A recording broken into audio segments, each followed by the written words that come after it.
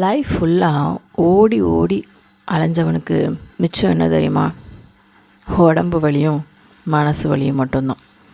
ஏன்னே தெரியல. இது ரெண்டுக்கும் மருந்து கொடுக்க மேக்ஸிமம் லெவல் யாருமே ட்ரை பண்ணுறதில்ல. நமக்காக உழைக்கிறாங்க, நமக்காக வாழ்கிறாங்க, நமக்காக எல்லாம் செய்கிறாங்க அப்படிங்கிற யோசனை கூட வர்றதில்ல. இதை செஞ்சுட்ட இன்னொன்று கேட்டேன்னு அது எங்கே செய்யலை அப்படின்னு கிடைக்காத ஒன்றை தான் தேடுறாங்களே தவிர கண்ணுக்கு முன்னாடி இருக்கிற பொக்கிஷத்தை குப்பையாக நினைக்கிறாங்க.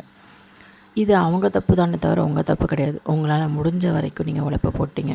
உங்களால் முடிஞ்ச வரைக்கும் அவங்கள சேஃப்டியாக செக்யூராக பார்த்துட்டிங்க. இதுக்கு மேலே அவங்க உங்களை மதிக்கலைன்னு நீங்கள் கவலைப்பட வேண்டிய அவசியம் கிடையாது. இன்றைக்கி இல்லைனாலும் ஒரு நாள் கண்டிப்பாக புரியும். எப்போ தெரியுமா? இப்போ நீங்கள் அப்பாவாக இருக்கீங்கன்னா உங்களை மதிக்காதவங்க உங்களோட ஸ்தானத்துக்கு வரும்போது அவங்க பிள்ளைங்க இதே மாதிரி அவங்ககிட்ட நடந்துக்கும் போது, ஆமாம்ல நம்மளும் இதே மாதிரி தான் நம்ம அப்பாட்ட நடந்துக்கிட்டோம், நம்ம எவ்வளோ கேவலமான ஜென்மம் இல்லை அப்படிங்கிற ஒரு புத்தி அந்த டைமில் வரும். தயவு செஞ்சு உங்கள் மதிப்பை நீங்களே குறைச்சிக்காதீங்க. நீங்கள் நிஜமாகவே ரொம்ப ரொம்ப விலை மதிக்க இல்லாத ஒரு மனுஷன். நிறைய பண்ணிட்டீங்க, நிறைய உழைச்சிட்டிங்க. இனிமேல் கொஞ்சமாவது மனசுக்கும் உடம்புக்கும் ரெஸ்ட் கொடுங்க.